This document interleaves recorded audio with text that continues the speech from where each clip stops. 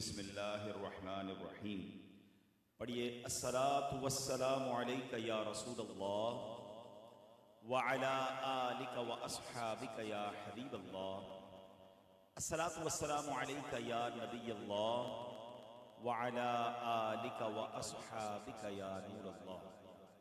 پیارے پیارے اسلامی بھائیوں، الحمدللہ رب کریم کا جتنا شکر ادا کریں وہ کم ہے کہ رب کریم نے ہمیں ایک بار پھر اپنے اور اپنے حبیب علیہ الصلوۃ والسلام کے ذکر کی محفل میں بیٹھنے کی سعادت بخشی ہے.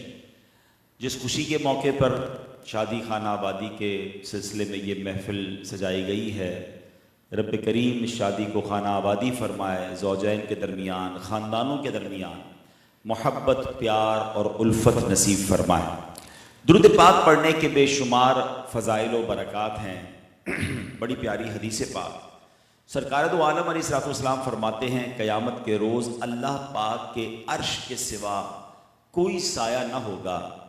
3 شخص اللہ پاک کے عرش کے سائے میں ہوں گے. اب یہ 3 خوبصورت کیٹیگریز کون سی ہیں؟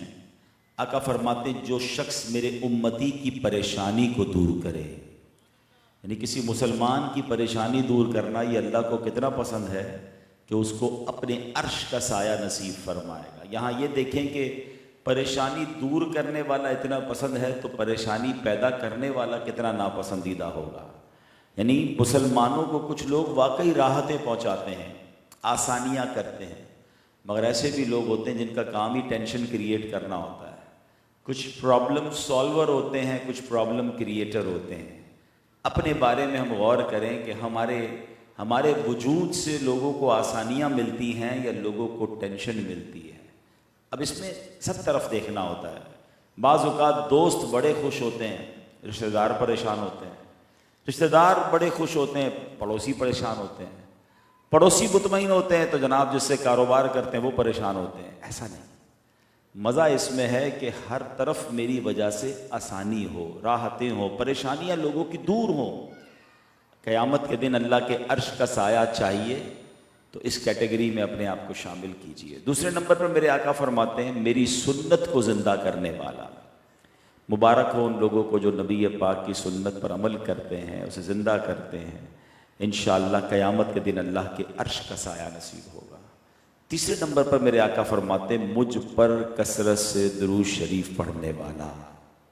درود شریف ایک ایسی نعمت ہے کہ جس کو کثرت سے پڑھتے رہیں دنیا میں تو برکتیں ملیں گی، انشاءاللہ قیامت کے دن بھی رب عز و جل کے عرش کا سایہ نصیب ہوگا. مل کر محبت کے ساتھ بآواز بلند درود پاک پڑھ لیں. صلو علی الحبیب صلی اللہ تعالی علی محمد صلی اللہ علیہ وسلم. سرکار دو عالم صلی اللہ علیہ وسلم ایک بار کسی راستے سے گزر رہے تھے. راستے میں ایک بڑی بلند خوبصورت سی عمارت دیکھی. نبی پاک نے پوچھا یہ کیا ہے؟ صحابہ کرام نے عرض کی یہ فلاں صحابی نے بنائی ہے. نبی پاک علیہ السلام جب یہ سنا تو آپ کو یہ بات ناگوار گزری، مگر آپ نے اس کا کوئی اظہار نہیں فرمایا. بعد میں جب وہ صحابی نبی پاک کی بارگاہ میں گئے جنہوں نے یہ بلڈنگ بنائی تھی، عمارت بنائی تھی، تو پیارے آقا کو انہوں نے جب سلام کیا تو نبی پاک علیہ السلام نے اپنا رخ انور پھیر لیا، یعنی ان سے چہرہ پھیر لیا. تو وہ صحابی بڑے پریشان ہو گئے. دوبارہ پیارے آقا کی طرف گئے تو نبی پاک نے پھر چہرہ پھیر لیا. تو اب جب چند بار ایسے ہی ہوا تو وہ صحابی رسول بڑے پریشان تھے کہ معاملہ کیا ہے، نبی پاک مجھ سے ناراض کیوں ہو گئے ہیں؟ تو بقیہ صحابہ نے بتایا کہ تمہارے گھر کے قریب سے جو تم نے بلند عمارت بنائی تھی اس کے قریب سے گزرے تھے، اور وہاں جب پتہ چلا کہ تم نے وہ عمارت بنائی ہے تو نبی پاک کو یہ ناگوار گزرا ہے. کوئی ورڈ نہیں فرمایا، کوئی اظہار نہیں فرمایا، ناجائز و حرام نہیں فرمایا، توڑنے کا حکم نہیں دیا. جسٹ مزاج رسول اللہ صلی اللہ علیہ وسلم کو یہ ناگوار گزرا تھا. صحابی رسول کے لیے اتنا بڑا مسئلہ تھا کہ یہ گئے اور جا کر اس پوری عمارت کو گرا دیا، ڈیمولش کیا، گراؤنڈ کر دیا. اللہ اکبر. اب کچھ دنوں بعد نبی پاک پھر وہاں سے گزرے تو فرمایا وہ عمارت کہاں گئی؟ تو سرکار دو عالم علیہ السلام سے ایک صحابی نے عرض کیا کہ حضور آپ کی جو ہے وہ ناراضی کے خوف سے، آپ کی ناگواری کا جو وجہ تھی اس کی وجہ سے عمارت ہی میں نے گرا دی۔ اس پر نبی پاک علیہ الصلوۃ والسلام نے فرمایا سن لو، بے شک ہر عمارت اس کے مالک کے لیے وبال ہے، البتہ جو ضرورتاً بنائی گئی ہو۔ اب یہاں مفتی احمد یار خان نعیمی رحمۃ اللہ تعالی علیہ اس حدیث کے تحت لکھتے ہیں کہ اس حدیث پاک سے لفظ وبال سے مراد اگر گناہ ہے تو مطلب یہ ہے کہ ہر عمارت جو بلا ضرورت، جو صرف فخر و تکبر کے لیے بنائی جائے، یہ عمل ناجائز ہے۔ فخر و تکبر کا ہر کام حرام ہے، اور اگر یہاں لفظ وبال سے مراد آخرت کا بوجھ ہے تو ہر وہ عمارت اس میں داخل ہے جو بلا ضرورت بنائی جائے۔ تو اب پتہ یہ چلا اس حدیث سے دو باتیں سیکھنی ہیں کہ دکھاوے کے لیے، فخر و تکبر کے لیے، چاہے وہ عمارت ہو، چاہے وہ لباس ہو، چاہے وہ سواری ہو، کوئی بھی چیز ایسی ہو جس پہ لوگوں پر بڑائی جتانے کے لیے بندہ کرتا ہے، تو یہ بنانے والے کے لیے اور ان چیزوں کے مالک کے لیے وبال بن جاتا ہے، بوجھ بن جاتا ہے، جس کا جواب دینا مشکل ہو جائے، اور نبی پاک اس کو پسند نہیں فرماتے۔ ضرورتاً بنائے تو اور بات ہے، اس میں اچھی نیتیں شامل ہونی چاہیے۔ آج کل گھر بنانے کے اندر بھی یہ پرابلم ہے کہ گھر اگر اس سوچ کے ساتھ بنایا جا رہا ہے کہ پوری سوسائٹی کا سب سے اچھا گھر بناؤں گا، فلاں رشتہ دار نے بنایا، میں بنا کر دکھاؤں گا کہ اس سے اچھا گھر میرا ہے، میرے گھر میں لوگ داخل ہوں تو میری شان و شوکت کا پتہ چلے۔ تو گھر تو تھا مگر نیت کیا ہو گئی؟ فخر کی، تکبر کی، دکھلاوے کی۔ تو یہ پھر گھر ہو یا عمارت ہو یا آفس ہو یا سواری ہو، اب اس کو آپ خود سوچتے چلے جائیں، جو جو چیز دکھاوے تکبر کے لیے تو سب یہ وبال بن جائے گا۔ اب گھر بنائیں کہ راحت و سکون کے لیے گھر بنا رہا ہوں، اس گھر میں کوئی نماز کی جگہ بھی بناؤں گا، اس گھر میں انشاءاللہ قرآن پاک بھی پڑھا جائے گا، اس گھر میں جو بچے ہیں گھر والے ان کو راحت و سکون ملے گا، مہمان آئیں گے تو ان کی مہمان نوازی کروں گا۔ نیت بدلنے سے پھر چیزیں درست ہو جاتی ہیں۔ مثال کے طور پہ قبلہ شیخ طریقت امیر اہل سنت نے ایک بار بڑی پیاری بات فرمائی کہ گھر میں ایک روشن دان بندہ لگاتا ہے، کھڑکی، کیا نیت ہے کہ جناب ہوا آئے گی اور روشنی آئے گی، کوئی ثواب نہیں ہے، مگر اسی کھڑکی کو لگاتے ہوئے یہ بھی نیت کر لے کہ اذان کی آواز بھی آئے گی، ہوا روشنی رک نہیں جائے گی، وہ بھی آئے گی، مگر اب یہ کھڑکی لگانا بھی ثواب ہو جائے گا۔ انما الاعمال بالنیات، اعمال کا دار و مدار نیتوں پر ہے۔ کبھی تکبر اور فخر کے لیے چیزیں نہیں لینی چاہیے کہ میں فلاں کو نیچا دکھاؤں، اچھی سواری نعمت ہے، آپ گاڑی لے اچھی، کس نے منع کیا، لیکن اس لیے لے کہ میں بتاؤں لوگوں کہ میں کیسا ہوں اور میرے پاس کیا کر ہے، تو پھر تکبر کرنے والا رب کو پسند نہیں ہے۔ اللہ نیتوں کا اخلاص نصیب فرمائے۔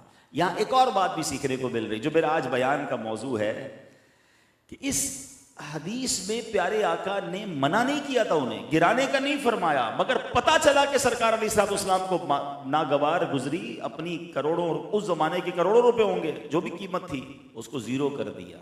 یہ صحابہ کرام کی نرالی ادائیں ہیں، مگر ہم کیا، آج میں وہ کچھ حدیثیں پیش کرنے جا رہا ہوں کہ جس میں نبی پاک نے صراحتاً، ڈیلیبریٹلی، کلیئرٹی کے ساتھ کچھ ایسی حدیثیں ارشاد فرمائی ہیں جس میں میرے آقا نے فرمایا وہ بندہ ہی ہم میں سے نہیں، ہماری جماعت سے اس کا کوئی تعلق نہیں، ہم سے رشتہ ہی کوئی نہیں اس کا، جو یہ کام کرے۔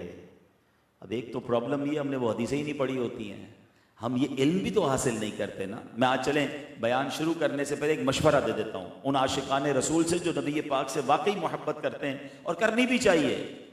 دو قسم کی حدیثیں ہیں، ایک کیٹیگری ان حدیثوں کی ہے جس میں نبی پاک فرماتے ہیں کہ تم میں بہترین وہ ہے، the best amongst you۔ اس میں کئی حدیثیں ہیں جس میں پیارے آقا نے کچھ اعمال بتائے، جو ایسا کرے وہ تم میں بہترین ہے، جو ایسا کرے وہ تم میں بہترین ہے۔ سبحان اللہ، اگر میں ان کاموں کو کرنا شروع کر دوں اور میرے آقا مجھے بہترین فرمائیں تو اصل بہترین ہی وہ ہے جسے نبی پاک فرمائیں۔ ہم آپس میں لڑ رہے ہوتے ہیں کون بہترین ہے، بھائی اس سے پوچھو نا جو سب سے بہترین ہے۔ سارے اونچوں سے اونچا سمجھیے جسے ہے، اس اونچے سے اونچا ہمارا نبی، وہ فرما دے کون بہترین ہے، تو اصل بہترین تو وہ ہے۔ تو اس کی لسٹ ہونی چاہیے، ٹو ڈو لسٹ، جو کرنے والے کام ہیں کہ یار ان کو کسی طرح پکڑ لوں، آقا فرماتے بہترین یہ ہے۔ ایک حدیث پاک کی کیٹیگری وہ ہے جس میں سرکار دو عالم علیہ الصلوۃ والسلام نے فرمایا وہ ہم میں سے نہیں، جو یہ کرے وہ ہم میں سے نہیں۔ اس کی لسٹ بھی سامنے رکھیں، کہیں میں یہ تو نہیں کر رہا، تو یہ دو کیٹیگریز کو پڑھتے رہنا چاہیے. اب آپ کہیں جناب لاکھوں حدیثیں، ہزاروں حدیثیں، میں کہاں سے ڈھونڈوں؟ دعوت اسلامی والے صرف پرابلم بتاتے نہیں ہیں، سولوشن بھی ساتھ دیتے ہیں. الحمدللہ، اللہ ہماری دعوت اسلامی کو سلامت رکھے. مکتبۃ المدینہ نے دو بڑی پیاری کتابیں شائع کر دی ہیں، چاہے تو نوٹ کر لیں. ایک کتاب کا نام ہے بہتر کون، اور ایک کتاب کا نام ہے ہم میں سے نہیں. یہ دونوں کتابیں آپ دعوت اسلامی کی ویب سائٹ dawat-islami.net سے ڈاؤن لوڈ بھی کر لیں، فری. ابھی چاہیں ابھی کر لیں. پیسے کمانے کے لیے نہیں بتا رہا ہوں کہ کتابیں خریدیں، میں بیچنے آیا ہوں، ایسا کچھ نہیں. میں بتانے آیا ہوں کہ یہ ساری حدیثیں یہ دو کتابوں میں موجود ہیں. اچھا پھر پتہ کیا کریں، ایک دن بیٹھیں اس کی لسٹ بنا لیں، مختصر سی اس کی فہرست بن جائے گی کہ کون کون سے کام ہیں جو کرنے کے نہیں ہیں، کون سے ہیں جو کرنے کے ہیں. یقین کریں پیارے آقا راضی ہو جائیں گے تو رب بھی راضی ہو جائے گا. تو آج چونکہ اب میں ساری حدیثیں تو بیان نہیں کر سکتا، چلیں تم میں سے بہترین کون ہے اس میں سے ایک حدیث سنا دیتا ہوں. خیرکم من تعلم القرآن وعلمہ، تم میں بہترین وہ ہے جو قرآن سیکھے اور دوسروں کو سکھائے. اب میں چیک کروں میں اس میں ہوں کہ نہیں. قرآن پڑھ رہا ہوں، کسی کو سکھاتا ہوں؟ نہیں. تو شروع کر دیں، آج سے کل سے شروع کر دیں. ماشاءاللہ ہمارے مدرسۃ المدینہ بالغان مسجد میں رات کو لگتے ہیں، فجر کے بعد لگتے ہیں. چلے جائیں، قاری صاحب ہمیں بھی پڑھا رہے ہوتے ہیں، آپ کو اچھا پڑھانا آتا ہے، آپ پڑھانا شروع کر دیں. بہترین بننا ہے نا، سرٹیفکیٹ لینا ہے نبی پاک سے. آقا راضی ہو گئے تو رب راضی ہو جائے گا. آن لائن پڑھنا شروع کر دیں، گھر میں پڑھانا شروع کر دیں. دعوت اسلامی کا مدرسوں کو چھوڑیں، اپنے گھر میں پڑھانا شروع کر دیں. مجھے نبی پاک کے بہترین لوگوں میں جو فرماتے اس میں شامل ہونا ہے. ٹھیک ہے، یہ میں نے ایک حدیث بتائی، ایسی بہت ساری ہیں. اب میں وہ حدیثیں دو تین بیان کرنے آیا ہوں جس میں نبی پاک نے فرمایا وہ کون لوگ ہیں جو تم میں سے، ہم میں سے ہی نہیں، جو یہ کام کرے. اب یہ پہلی حدیث جو ہے یہ بھی قرآن پاک سے ریلیٹڈ ہے. اللہ کے حبیب فرماتے لیس منا من لم یتغن بالقرآن، یعنی جو خوش الہانی سے قرآن نہ پڑھے وہ ہم میں سے نہیں. اب علماء کہتے ہیں یتغنا سے مراد کیا ہے؟ خوش الہانی اور اچھے لہجے سے پڑھنا. اس کا مطلب یہ نہیں جس کی آواز اچھی نہیں ہے وہ قرآن ہی پڑھنا چھوڑ دے، وہ جتنا بہتر پڑھ سکتا ہے. یعنی یہاں مخارج بھی ٹھیک ہوں، اچھا پڑھنے کی کوشش بھی کر رہا ہو، بے دلی سے نہیں خوش دلی سے پڑھنے کی کوشش کرے. اب یہ تو سچی بات ہے کہ ڈرانے والی حدیث ہے کہ خوش الہانی سے قرآن نہ پڑھے وہ ہم میں سے نہیں. تو جو قرآن ہی سرے سے نہ پڑھے اس کا کیا حال ہوگا؟ یہاں تو قرآن پڑھنے والا ہے مگر خوش الہانی سے نہیں پڑھ رہا ہے، اس کے بارے میں فرمایا جا رہا ہے. جو قرآن ہی نہیں پڑھتا ہے، قرآن کو ہاتھ ہی نہیں لگاتا، پورا سال ہی گھر میں قرآن پاک نہیں کھل رہا، موبائل فون اتنا استعمال اور قرآن کو چھوتا ہی نہیں ہے، بتائیے وہ کیسا ہوگا؟ ایک اور حدیث پاک ہے، نبی پاک فرماتے وہ دل ویران ہے جس میں کچھ قرآن نہیں ہے. بتائے نا میرے اور آپ کے سینے میں کتنا قرآن ہے، صبح سے شام تک. اب تو موبائل فون بھی بتا دیتا ہے کہ آج آپ نے پورے دن میں کتنے گھنٹے یوز کیا ہے، اسکرین ٹائم جس کو کہتے ہیں. اتنی بار یہ سافٹ ویئر آپ نے اوپن کیا ہے. کبھی سوچا کہ یار اتنے گھنٹے موبائل کو، چند منٹ قرآن کو نہیں؟ میں نے کئی بار اپنے بیان میں جملہ کہا ہے کہ جب میں اور آپ دنیا سے جائیں گے نا، سارے سافٹ ویئر آف لائن ہو جائیں گے، قرآن تھام لو، قرآن قبر میں بھی آن لائن ہوگا. حدیث پاک کا مضمون ہے نا کہ سورہ ملک پڑھنے والے کی سورہ ملک قبر میں شفاعت کرے گی، عذاب سے بچائے گی. قرآن قبر میں آ کے بچائے گا. مگر nobody have time to read Quran, even nobody have time to understand قرآن. قرآن پڑھنا ہے، درست پڑھنا ہے، اچھا پڑھنا ہے، خوش الہانی سے پڑھنا ہے، شوق سے پڑھنا ہے. یہ میری اور آپ کی ذمہ داری ہے. اب ہم غور کر لیں کہ ہم قرآن سے دور رہ کر کتنی اپنی زندگی کو ضائع کر رہے. ایک بار ایک صحابی رسول حضرت عبداللہ ابن مسعود کہیں سے جا رہے تھے تو آپ نے ایک گانے والے کو دیکھا، گویا تھا، آواز بہت اچھی تھی اس کی، وہ گانے گا رہا تھا. تو آپ نے فرمایا کاش یہ آواز قرآن کریم کے لیے استعمال ہوتی، اتنی اچھی آواز ہے، کاش یہ اس سے تلاوت کرتا. یہ کہہ کر آپ تو تشریف لے گئے. اس گویے کو کسی نے بتا دیا کہ یار صحابی رسول گزرے تھے تمہارے بارے میں یہ کہہ کر گئے.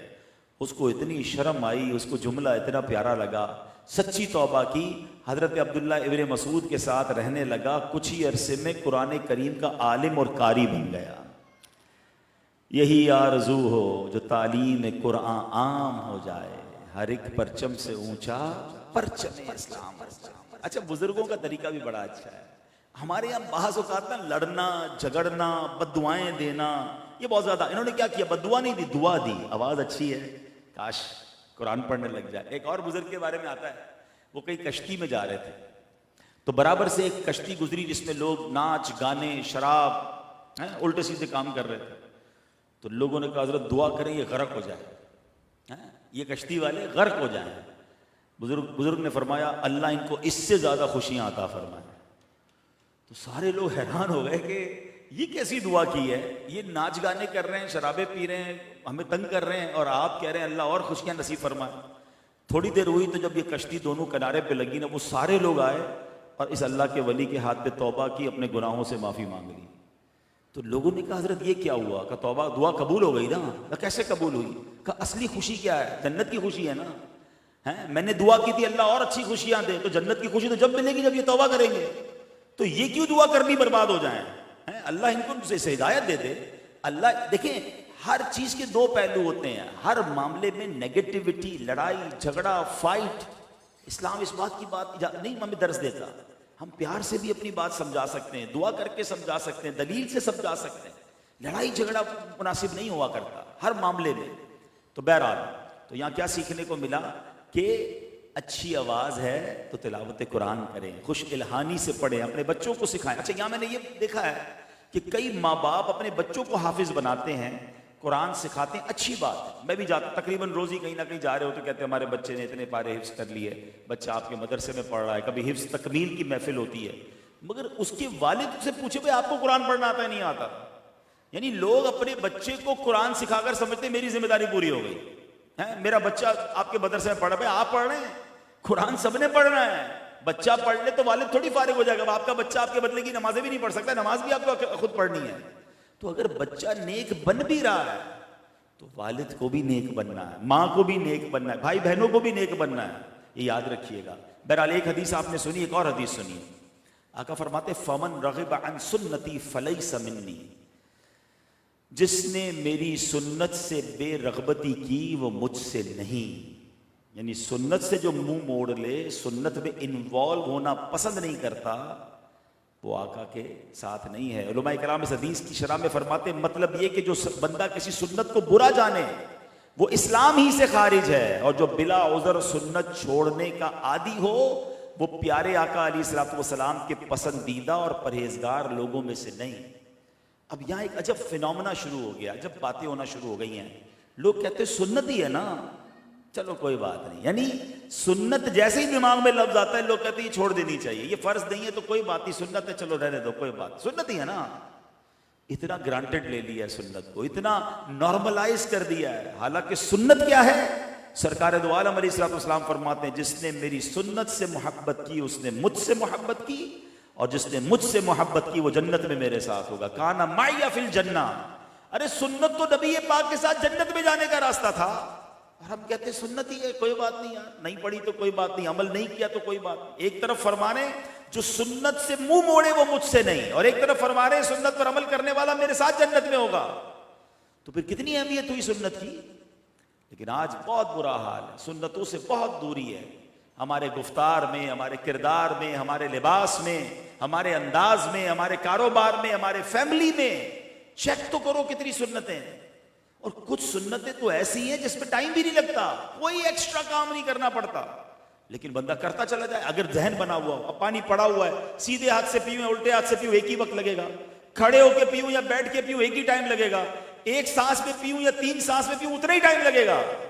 لیکن اگر ذہن بن جائے کہ مجھے پانی بھی پینا ہے تو نبی پاک کے طریقے پر پینا ہے, تو پیاس بھی بجھے گی اور سنت کا ثواب بھی ملے گا. لباس پہنتا ہوں الحمدللہ, سنت کے مطابق لباس پہنے, بہت خوبصورت لگتے ہیں, کون منع کرتا ہے بس. لیکن یار نہیں فلاں آج کل تو فیشن چلا ہوا ہے. اب جو کسی کالے میلے گورے پیلے نے پہن لیا, ہمارے نوجوانوں کو وہی پہننا ہے. پہلے ہم سمجھتے تھے یار کسی کے کپڑے میں سوراخ ہو گیا تو عیب ہو گیا, اب سنا ہے پینٹیں خود ہی پھاڑ پھاڑ کے پہن رہے ہیں, اتنے سوراخ ہیں کہ سمجھ ہی نہیں آ رہے.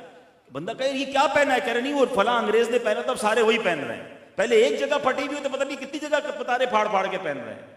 کیا ہو گیا مسلمانوں کو, یہ کس کے پیچھے چل رہے ہیں ہم لوگ کہ نہیں یار فلاں نے ایسے ہیئر اسٹائل بنایا تو اب میں نے ایسے بنانے, فلاں نے وہ والے چشمے پہنے میں نے وہی پہننے, گھڑی اس نے. اب قوم ہماری کس طرف چل پڑی ہے. یاد رکھیے میں نے اور آپ نے نبی علیہ الصلوۃ والسلام کا کلمہ پڑھا ہے, اور یاد رکھیے جو جس سے دنیا میں محبت کرتا ہے قیامت کے دن اس کے ساتھ اٹھایا جائے گا. یہ جتنے لوگ آئیڈیلائز کر رہے ہیں, میری بہنیں بھی مجھے سن رہی ہیں پردے میں, ہیں فلاں نے ایسے کپڑے پہن لیے, اب عورتوں کو بھی وہی کپڑے پہننے, فلاں نے وہ زیور پہنے اسی کو فالو کرنا ہے. فلاں بے پردگی کا اسٹائل آ گیا، اسی کو اپنانا ہے. شادیوں کے اندر جو طوفان بدتمیزی برپا کیا ہوا ہے، خدا کے بندو سوچو تو صحیح ہم کدھر جا رہے ہیں. کتنی اچھی یہ شادی کی محفل ہے، یہ بھی تو ایک شادی ہو رہی ہے نا، اللہ رسول کا ذکر ہو رہا ہے، نبی پاک کی نعتیں ہو رہی ہیں. لیکن یہ بھی ایک، میں آپ کو دل جل رہا ہے اس لیے بتا رہا ہوں کہ یہ بھی ایک آج کل فارمیلٹی بن گئی ہے. اللہ کرے اس فیملی نے ایسا نہ کیا ہو، ورنہ اب فارمیلٹی کیا بن گئی ہے کہ 5 فنکشن کرنے، ایک نعت خوانی بھی کر لو، باقی 4 میں جو کرنا ہے کرو. پھر تو آپ مذاق کر رہے ہیں. آپ خود سوچیں. میں تو بزرگوں کی بجائے نوجوانوں سے بات کرتا ہوں بیان میں کہ میرے نوجوان بھائیوں، میری بہنوں، آپ میں سے جس کی شادی ہونے والی ہے نا، آپ ایک اسٹینڈ لے لیں. میں آپ کو بھائیوں والا مشورہ دے رہا ہوں. ایک اسٹینڈ لے لو. اسٹینڈ کیا ہونا چاہیے کہ میری شادی میں، بتا دیں ابھی سے گھر والوں کو، کوئی ایسا کام مت کرنا جس میں میرے رب اور میرے آقا ناراض ہو جائے. اس کی وجہ بتاؤں؟ سب ذرا مل کر جواب دو گے تو وجہ بھی سمجھ آ جائے گی. خوشیاں دینے والا کون ہے؟ بتائیے، زور سے بتائیے. دولت دینے والا کون ہے؟ اولاد دینے والا کون ہے؟ جب آگے کی ساری خوشیاں دینی رب نے ہیں اور میں نے شادی میں ہی اپنے رب کو ناراض کر لیا، تو بقیہ لائف کی خوشیاں کس سے مانگوں گا؟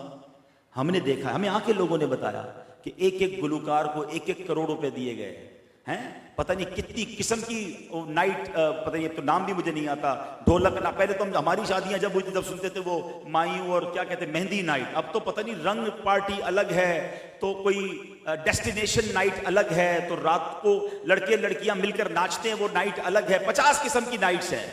اور اتنے سارے فنکشن، اتنے سارے حرام کام کر کے ہم شادی کر رہے ہیں اور کہتے ہیں بعد میں بچی خوش نہیں ہے سسرال میں جا کر. بچوں کی شادی ہو گئی، اولاد نہیں ہو رہی ہے، مولانا صاحب دعا کریں، بچے میرے خوش نہیں ہیں سسرال میں. آپ نے کیا کیا؟ رب کو کتنا ناراض کیا. میں آپ کو ایک عجیب سی بات، اللہ کرے سمجھ آ جائے میرے نوجوانوں کو، کیونکہ بزرگوں کو بعض اوقات سمجھ آتی ہے، بچوں کے آگے بے بس ہو جاتے ہیں. میں بچوں کو ڈائریکٹ بات کر رہا ہوں. اللہ کرے میرا یہ شارٹ کلپ نکال کر سارے نوجوانوں کو بھیجیے گا کہ میں آپ ڈائریکٹ بچوں سے بات کر رہا ہوں کہ مجھے ایک بات بتائیے، یہ کیسی خوشی ہے کہ میں راضی، میرے دوست راضی، میری فیملی راضی، اور جو خوشی دینے والا مالک ہے وہ ناراض. مجھے سچ بتاؤ، دل سے پوچھو، یہ خوشی ہے؟ کیا آگے خوشی نہیں چاہیے؟ خالی شادی کرنی ہے، فنکشن ہی دکھانا ہے لوگوں کو، آگے لائف نہیں گزارنی خوشیوں والی؟ خدا را یہ بے وقوفی چھوڑ دیجئے. اپنی خوشیوں میں دینے والے رب کو کیوں ناراض کر رہے ہیں؟ اچھا یہ صرف ایک معاملہ نہیں ہے، آپ شیطان کی گیم دیکھیں. یہ شیطان نے بہت خطرناک سافٹ ویئر لانچ کیا ہے کہ whenever we try to celebrate anything، صرف شادی نہیں، جب بھی کوئی خوشی ہم مناتے ہیں، بچہ دینے والا رب ہے، اولاد رب دیتا ہے نا. اس کی پیدائش کی خوشی میں پارٹی کی، اللہ کو ناراض کیا. بچہ تھوڑا بڑا ہوا، برتھ ڈے آ گئی، اللہ کو ناراض کیا. اللہ نے نیا گھر دیا، نئے گھر کی دعوت کی، پارٹی کی، اللہ کو ناراض کیا. اللہ نے نیا کاروبار دیا، اپنے کاروبار کا افتتاحی فنکشن رکھا، اوپننگ سیریمنی رکھی، اس میں بھی رب کو ناراض کیا. مجھے بتاؤ تو صحیح، کر کیا رہے ہیں ہم؟ اللہ دیے جا رہا ہے، ہم اسی کو ناراض کیے جا رہے ہیں. اور پھر جب وہ چھین لیتا ہے، جب نعمت عذاب بن جاتی ہے، جب زوال نعمت آ جاتا ہے، جب کاروبار ٹھپ ہو جاتا ہے، جب فیملی میں لڑائی ہو جاتی ہے، پھر جاتے ہیں مولانا صاحب کے پاس، دعا کریں، کوئی تعویذ دے دیں. تم نے کسر کون سی چھوڑی؟ مجھے بتائے نا. یہ عقل بندی ہے کہ رب دیے جا رہا ہے، ہر خوشی میں اللہ کو ناراض. میرے نوجوانوں آج ایک فارمولہ لے جاؤ، خدا کی قسم اللہ کی رحمت سے خوش رہو گے کہ میں آج کے بعد ایسی خوشی نہیں مناؤں گا جس میں میرا رب ناراض ہو جائے. میں ہمیشہ ایسی خوشی مناؤں گا کہ میں بھی راضی، میرے گھر والے بھی راضی، اور نعمت دینے والا میرا رب بھی راضی. آپ دیکھو پھر آپ کی خوشیاں کیسی بڑھتی ہیں. اللہ نے قرآن میں وعدہ کیا ہے، لَإِن شَكَرْتُمْ لَأَزِيدَنَّكُمْ، تم میرا شکر ادا کرو میں تمہیں اور عطا کروں گا. تو کرے نا. ہونا کیا چاہیے؟ اللہ عطائیں بڑھائے، ہم صدقے بڑھائیں، ہم سجدے بڑھائیں، ہم خیرات بڑھائیں، ہم شکر بڑھائیں. مگر ہو کیا رہا ہے؟ وہ عطائیں بڑھاتا ہے، ہم خطائیں بڑھاتے ہیں. وہ اور نوازتا ہے، ہم اسے اور ناراض کر رہے ہیں. ایسا نہ کرو، یہ تباہی کا راستہ ہے. حضرت حسن بصری فرماتے ہیں کہ رب جب ناراض ہوتا ہے، نعمتوں کا شکر ادا نہیں کیا جاتا، وہی نعمتیں عذاب بنا دی جاتی ہیں. اب آپ کہیں نعمت عذاب کیسے ہو جاتی ہے؟ ہاں ہم نے دیکھا، آپ نے بھی دیکھا ہے. پیسہ عذاب بن جاتا ہے. پیسہ تو نعمت تھی، مگر کچھ لوگوں کا مال ہی ان کے لیے عذاب بنا ہوا ہوتا ہے. ان کی جان کو خطرہ ہوتا ہے، ان کو کڈنیپنگ کا خوف ہو جاتا ہے، ان کا کوئی پیسے لے جاتا ہے وہ خود بیمار ہو جاتے ہیں. عجیب عجیب ان کے ساتھ معاملات چل رہے ہوتے ہیں. بندہ کہتا ہے یہ پیسے والا نہ ہوتا تو کتنا سکھ میں تھا، وہ پیسہ ہی عذاب بن گیا اس کے لیے، باقی پیسہ نعمت تھا۔ اولاد عذاب بن جاتی ہے، اولاد تو بڑی نعمت ہے نا، مگر کیا ایسی اولاد کے بارے میں نہیں سنا کہ ماں باپ کو مار کے گھر سے نکال دیتی ہے؟ یہ اولاد عذاب کیسے بن گئی، پیسہ عذاب کیسے بن گیا، بیوی عذاب کیسے بن گئی؟ شادی کے بعد لوگوں کے جھگڑے ایسے ہوتے، بندہ کہتا ہے نہیں کرتا تو اچھا تھا۔ سب کے ساتھ نہیں ہوتا، چند کے ساتھ ہوتا ہے۔ کیوں؟ چیک کرو کہیں ناشکری تو نہیں کی، اللہ نے نعمتی عذاب تو نہیں بنا دی۔ تو کاش یہ بات آج سیکھ جائیں، آپ بھی سیکھ جائیں، میری بہنیں بھی سیکھیں۔ چند لوگوں کو صرف خوش کرنا ہوتا ہے۔ یہ کیوں ہوتے ہیں فنکشنز، یہ کیوں ہوتے ہیں حرام کام؟ یار دوست کہیں گے ذرا ہماری شادی بھی زبردست قسم کی ہوئی، ذرا فنکشن ہوئے، پکچر چلیں گی، ویڈیو چلیں گی، لوگ راضی ہوں گے۔ چند لوگوں کو راضی کرنے کے لیے زندگی بھر کا وبال لے رہے ہو یار۔ میں پرسوں کی بات بتاتا ہوں، میں اپنے گھر کی چھت پہ رات کو دیر سے واک کر رہا تھا، تو میں نے دیکھا ہمارے تھوڑا سا پیچھے رات کے 2:30 بجے تھے یا 3 بجے تھے، اب یقین کریں اتنی شدید آتش بازی ہوئی، سمجھ آ گئی رات 3 بجے کون آتش بازی کرتا ہے، کوئی بارات آئی ہوگی۔ میں سوچنے لگا یار ان کو اچھا لگ رہا ہے، اس بلڈنگ اطراف میں رہنے والے لوگوں کی نیند کا کیا عالم ہوا ہوگا؟ کوئی بزرگ گھبرا کے اٹھ گئے ہوں گے، کوئی بچہ ڈر کے اٹھ گیا ہوگا، کسی کو بڑی مشکل سے نیند کی ٹیبلٹ کھا کر نیند آئی ہوگی، یہ خوش ہو رہے اور لوگ ان کے لیے کتنی بددعائیں، کتنا دل دکھ رہا ہوگا لوگوں کا۔ یہ کون سی خوشی ہے یار؟ یہ عقل کدھر چلی گئی ہے کہ ہم لوگوں کی نیندیں برباد کر کے، حقوق العباد پامال کر کے ہم کہہ رہے ہیں میرے بچے کی شادی ہے؟ وہ بچے کو کیسے خوشیاں ملیں گی؟ ہم کیوں نہیں سمجھتے؟ تو بہرحال اللہ کرے، آپ کو شاید فیل ہو رہا ہوگا میں زیادہ جذباتی ہو رہا ہوں، میں اپنا سمجھ کے نوجوانوں سے بات کر رہا ہوں کہ خدا را اپنی آخرت برباد نہ کرو، اپنی خوشیاں برباد نہ کرو۔ اگر تو یہ تمہارا ایمان ہے کہ خوشیاں دینے والا رب ہے، اور یہی ایمان ہونا چاہیے، تو جب جب وہ خوشیاں دے اس کو راضی کرو، اس کو ناراض نہ کرو۔ اور آپ نے سنا فمن رغب عن سنتی فلیس منی، جس نے میری سنت سے منہ موڑا وہ ہم سے نہیں۔ تو یہ سنت نہیں ہے شادی کا یہ انداز، سنت نہیں ہے یہ اس طرح آتش بازی کرنا اور ناچ گانے کرنا، یہ تو حرام کام ہے۔ ہم پہلے معاذ اللہ بولنا نہیں چاہیے، مگر یہ بزرگ بیٹھے ہیں، جب ہماری شادیاں ہوئی، پرانی بات کر رہا ہوں 25-30 سال پہلے، تو جو غلط قسم کے لوگ ہوتے تھے نا، وہ ناچنے والیاں بلواتے تھے اور لوگ اس کو بہت برا سمجھتے تھے کہ یار فلاں کی شادی میں ناچنے والیاں آئی تھیں، اوہ اتنے برے لوگ ہیں۔ اور اب سنا ہے کہ باقاعدہ گھر والی لڑکیاں اور لڑکے مل کر ناچتے ہیں، پورا اسٹیج بنایا جاتا ہے، اور اس کی اچھا یہ بھی غلط حرام تھا، ہمیں تو نہیں پتا تھا نا، مگر پبلک کو کیسے پتا چلا کہ اس شادی کے اس ناچنے کی ویڈیو سوشل میڈیا پہ ڈالی جا رہی ہے کہ ذرا دیکھیں ہماری شادی میں کیسا ناچ گانا ہوا تھا، یعنی میری بہن میرے گھر والے کس طرح ناچے ذرا آپ بھی دیکھیں۔ اور اس کے اچھا پھر اس پہ یہ بھی پراؤڈ کیا جاتا ہے کہ اتنے ملین ویوز آ گئے ہمارے ناچ کے۔ استغفر اللہ ربی من کل ذنب واتوب۔ کدھر جا رہے ہیں ہم؟ یہ وہ ویڈیوز ہیں، اگر یہ باقی رہی اور آپ مر گئے تو مرنے کے بعد بھی مار پڑتی رہے گی، کیونکہ لوگ دیکھتے رہیں گے اور قبر میں گناہ جاریہ کا عذاب ملتا رہے گا۔ نہ باپ سوچ رہا ہے، نہ ماں سوچ رہی ہے۔ پیسہ اس لیے رب نے دیا تھا کہ یوں برباد کیا جائے، یوں لٹایا جائے۔ ارے اور بھی طریقے تھے پیسے خرچ کرنے کے۔ ہمارے خاندان میں ایک صاحب ہیں، اللہ نے ان کو بہت نوازا، ان کے بچے کی شادی ہوئی، میں نے دیکھا بڑا سمپل سا ایک پروگرام رکھا، کھانا کھلایا، شادی ختم۔ میں نے کہا ماشاءاللہ آپ نے بڑا اچھا کیا۔ کہتے ہیں بھائی میں بھی کروڑوں روپے خرچ کر سکتا ہوں، مگر میں نے ایک فارمولہ شروع سے بنایا ہے، جب بھی میرے کسی بچے کی شادی ہوتی ہے میں 2 غریب جوڑوں کی بھی شادیاں کروا دیتا ہوں، اسی پیسوں کو بچا کر، بڑے بڑے فنکشن نہیں کرتا، 2 شادیاں بچوں کی کرواتا ہوں اور ان بچوں کو کہتا ہوں میرے اس بچے کے لیے دعا کرتے رہنا۔ وہ اس جوڑے کے لیے دعا کرتے رہتے ہیں، وہ بھی خوشحال رہتے ہیں، میری اولاد بھی خوشحال رہتی ہے۔ بیوٹیفل وے، کتنا اچھا طریقہ ہے، پیسے بھی خرچ کیے، دعاؤں کا دروازہ بھی کھل گیا۔ لیکن کاش یہ بات سمجھ آ جائے کہ تفاخر، تکبر، دکھاوا، آپ 50,000 روپے پر ہیڈ کا کھانا کھلا دو نا، جس نے بات کرنی ہے اس نے باہر جا کے پھر بھی بات ہی کرنی ہے، آپ مہمانوں کو خوش نہیں کر سکتے۔ آپ سمپل رہیں، اللہ نے دیا ہے کھلا، میں نہیں کہتا اچھا کھانا نہ کھلائیں، اچھی نیتوں کے ساتھ کھلائیں۔ اللہ کو ناراض کرنے والا کام یہ ناچ گانے، ڈول تماشے، آتش بازی، بے حیائی، بے پردگی سب حرام ہے۔ تاش اب تو سنا ہے جوا نائٹ الگ ہو رہی ہے، مطلب میں تو کبھی کبھی حیران ہو جاتا ہوں کہ اچھا ہر گزرنے والے دن کے ساتھ کوئی نیا چیز ایڈ کرتے جا رہے ہیں، کوئی بولنے والا نہیں ہے کہ ہم مسلمان ہیں، یہ کس طرف جا رہے ہیں ہم لوگ۔ اللہ پاک ہم سب کو عقل سلیم عطا فرمائے۔ آخری ایک حدیث بیان کر دیتا ہوں، باتیں تو بہت ساری ہیں۔ سرکار دو عالم علیہ الصلوۃ والسلام فرماتے ہیں جو اپنے پڑوسی کا حق ضائع کرے وہ ہم میں سے نہیں۔ اب اتنا امپورٹنٹ ہے پڑوسی کہ پڑوسی راضی ہے تو رب راضی ہے، پڑوسی ناراض تو رب ناراض۔ آج کسی کو پتہ ہی نہیں ہے پڑوس میں رہتا کون ہے، اور رہتا ہے تو بلے نہ رہے بھائی، ہیں، اس کا بیڑا غرق ہوتا ہو تو ہو جائے، ہماری گاڑی اس کی گیٹ کے آگے کھڑی ہو جائے، میں کوئی ٹینشن نہیں، ہمارا کچرا اس کے گھر کے اندر جا رہا ہے، کوئی پرابلم نہیں، ہمارا شور اسے سونے نہیں دے رہا، کوئی ٹینشن نہیں. ہم بعض اوقات بیچارہ آ کے کہتا بھی ہے بھائی اوپر آپ رہتے ہیں نیچے میں رہتا ہوں، آپ کے شور کی وجہ سے بچے نہیں سوتے، بھائی اپنا انتظام خود کرو، ہمارا اپنا گھر ہے، ہم جو چاہے کریں. نہیں، پڑوسی کے حقوق. ایک بار نبی پاک علیہ الصلوۃ والسلام پڑوسیوں کے حقوق بیان کر رہے تھے. صحابہ نے کہا ہمیں لگا اتنے حقوق بیان کر رہے ہیں وراثت میں بھی حصہ بیان کر دیں گے، اتنے حقوق ہیں. ایک بار پیارے آقا علیہ الصلوۃ والسلام کی بارگاہ میں امام بخاری نے یہ حدیث نقل کی ہے کہ ایک عورت کے بارے میں بتایا کہ حضور ساری رات عبادت کرتی ہے، روزے رکھتی ہے، نیک ہے، صدقہ خیرات بھی کرتی ہے، مگر اس کی زبان سے پڑوسی محفوظ نہیں ہے، پڑوسی تکلیف میں ہے. آقا علیہ الصلوۃ والسلام نے فرمایا لا خیر فیہا، اس میں کوئی بھلائی نہیں ہے، ہی من اہل النار، وہ جہنمیوں میں سے ہے. میری بہنیں بھی غور سے سنیں، اے نماز پڑھنے والوں، روزہ رکھنے والوں، حج کرنے والوں، صدقہ دینے والوں، سنو، یہ عورت بھی سب کرتی تھی. پڑوسی مطمئن نہیں تھے، پڑوسی اس کی زبان سے تکلیف میں، آقا فرمایا جہنمیوں میں سے. ایک عورت کا ذکر کیا، حضور زیادہ صدقہ خیرات نہیں کرتی، نفلی عبادت بھی نہیں کرتی، بس فرض پڑھتی ہے، مگر حضور اس کی اور جو پڑوسی ہے نا وہ پڑوسی اس سے خوش ہیں، کسی کو تکلیف نہیں پہنچاتی ہے. ارشاد فرمایا من اہل الجنہ، وہ جنتیوں میں سے ہے. حقوق العباد کو سمجھے نہیں ہم نے کہا نمازیں ہی پڑھنی ہے، روزے ہی رکھنے ہیں. میں خدا نہ خواستہ نہیں کہہ رہا نمازیں روزے حج نہ، وہ ضروری ہیں، مگر حقوق العباد بھی ضروری ہے، وہ زیادہ سینسٹیو ہے.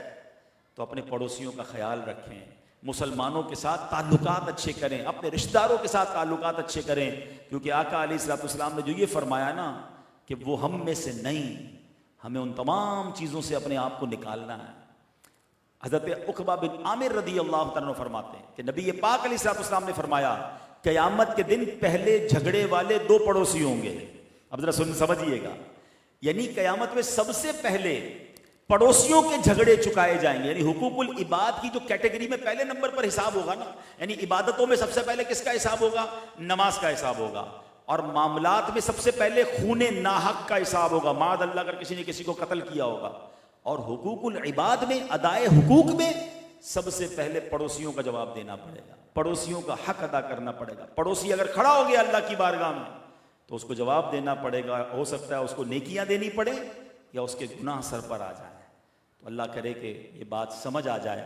بیان کے شروع میں نے آپ کو ایک ہنٹ دے دی تھی کہ پلیز یہ لسٹ ڈاؤن کیجئے کہ آقا کن باتوں میں فرماتے ہیں کہ تم میں بہترین کون ہے، اس طرف جانا شروع کر دیجئے، وہ کام کرنا شروع کیجئے. اور جس میں فرمایا کہ وہ ہم میں سے نہیں، وہ کام چھوڑنا شروع کر دیجئے. بلکہ میں صاحب خانہ کو ایک مشورہ دیتا ہوں، جن کی محفل ہے، آپ نے ماشاءاللہ لاکھوں روپے خرچ کیے ہیں، ایک خرچہ اور کر لیں، بہت بڑی نیکی ہے کہ یہ دونوں کتابیں لیجئے اور اپنے سارے مہمانوں کو گھر پہ بھجوا دیجئے. یا آپ بہت بڑی نیکی کمائیں گے.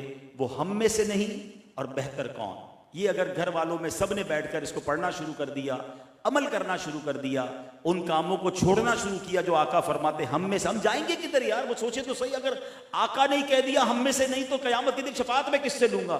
نبی پاک کے سوا ہمارا ہے کون؟ تو ہمیں وہ کام چھوڑنے ہوں گے. اور اگر آقا علیہ الصلوۃ والسلام کے قریب ہونا ہے تو جن باتوں میں نبی پاک نے فرمایا تم میں بہترین وہ ہے، تو وہ کام کرنا شروع کر دیجئے. اللہ مجھے میرے آقا علیہ الصلوۃ والسلام کے پسندیدہ بندوں میں شامل فرما لے، آپ کو بھی شامل فرما لے. اللہ ان سارے کاموں سے بچائے جس میں اللہ اور اس کے رسول کی ناراضی ہے. اللہ پاک عمل کرنے کی توفیق عطا فرمائے. یہ پیاری باتیں دعوت اسلامی کے ماحول میں سیکھی اور سکھائی جاتی ہیں. دعوت اسلامی کے اجتماعات میں آتے رہیے. ایسے مزید بیانات سننے ہیں تو مدنی چینل دیکھتے رہیے، سوشل میڈیا پر ہمارے پیجز فالو کر لیجئے، تو ایسے بیانات مزید سنتے رہیں گے. اللہ پاک عمل کرنے کی توفیق عطا فرمائے. آمین بجاہ النبی الامین صلی اللہ علیہ وسلم.